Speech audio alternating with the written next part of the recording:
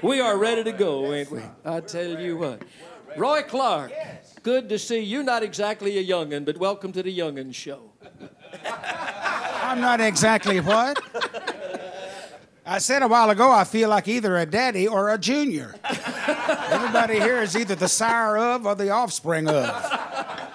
Well, you really are, too, because your family started out in music. Your dad played music, your Yes, he uncles did. played music, and you were the young'un in the Clark family for That many is right. years. And now I am the, what do they call it? How long have you been on the road? So me, ever since they come out with it.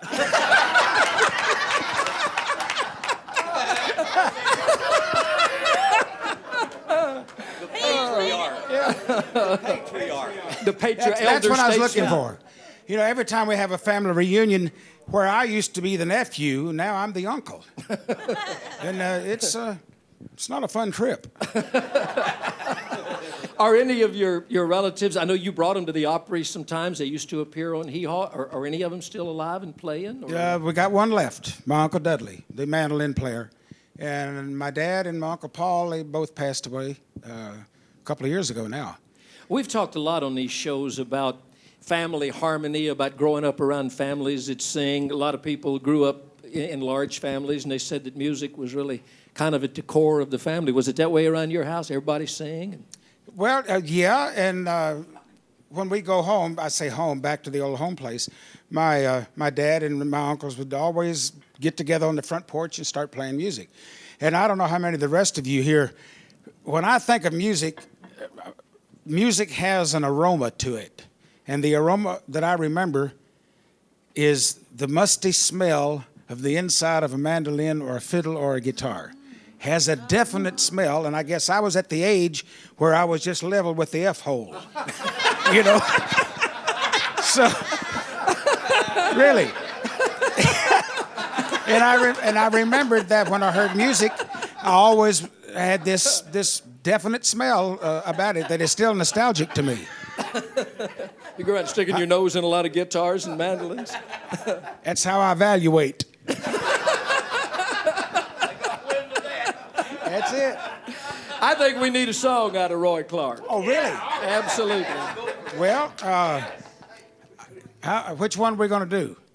I was told you were going to do Thank God and Greyhound. Oh, Lord, I didn't know we was going to start off with that kind of a meaty product. Am I supposed to hold both? Well, you might. Yeah. Roy, That's the you real might trick. tell us you never picked cotton. If you don't. Who was that? I Charlie never picked Ulu. cotton. Oh, Charlie. Well, I lied about that. I did. The first time I went through Texas, I was playing with Wanda Jackson. And I went through Plainview, Texas. You know what? Where that is? Well, you know who is from there and talks about it. Jimmy Dean is. Jimmy Dean. Well, just as we got on the outskirts of town, there was a cotton field. And I told Tom Jackson, Wanda's father, I said, stop the car. And he stopped the car, and I jumped out, and he said, what are you doing? I walked over, and I picked a bowl of cotton off and threw it on the ground and got back in the car. And I said, from now on, if anybody ever asks me, have I ever picked cotton, I can say, yeah, I did. Once. This is perhaps, of all the great Bill Anderson songs that I've recorded, this one, Bill didn't write this one, but it's the meatiest of all. I've made a small fortune, and you've squandered it all.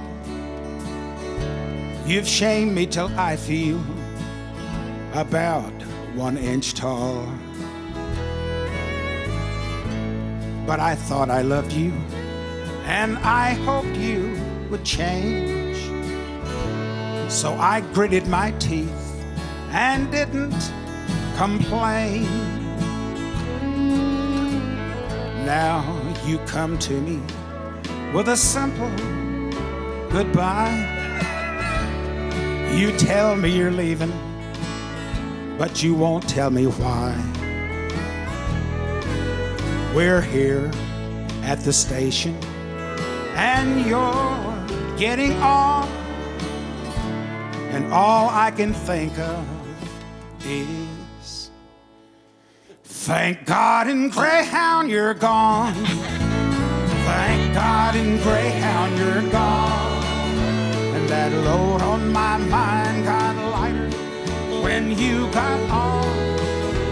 That shiny old bus is a beautiful sight, with the black smoke rolling up around the tail lights. It may sound kind of cruel, but I've been silent too long.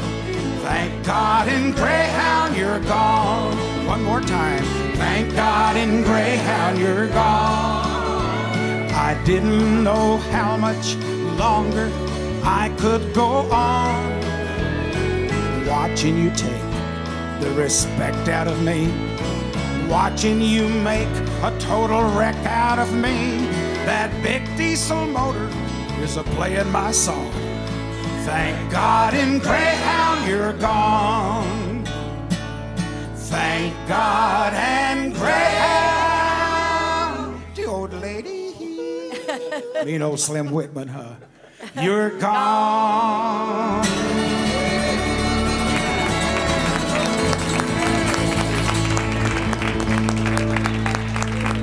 There's not a dry eye in the house. Thank you. Roy, that song ain't exactly politically correct today, is it? Well, it depends on how you look at it. I'll tell you the story how that song was written. No. It actually happened. A fella had put his wife on a bus in Atlanta, Georgia. And he had to go to the men's room. And just as he walked in, written right above on the wall, it said, "Thank God in Greyhound, she's gone." He went home and wrote it. That's it. Did Greyhound help promote the... What did the Greyhound people think about it? I come that close to getting a free bus. Really? Really? Oh, they were talking about it, but... One with 500,000 miles on it. Exactly, Probably. right. The big dog on the side of it.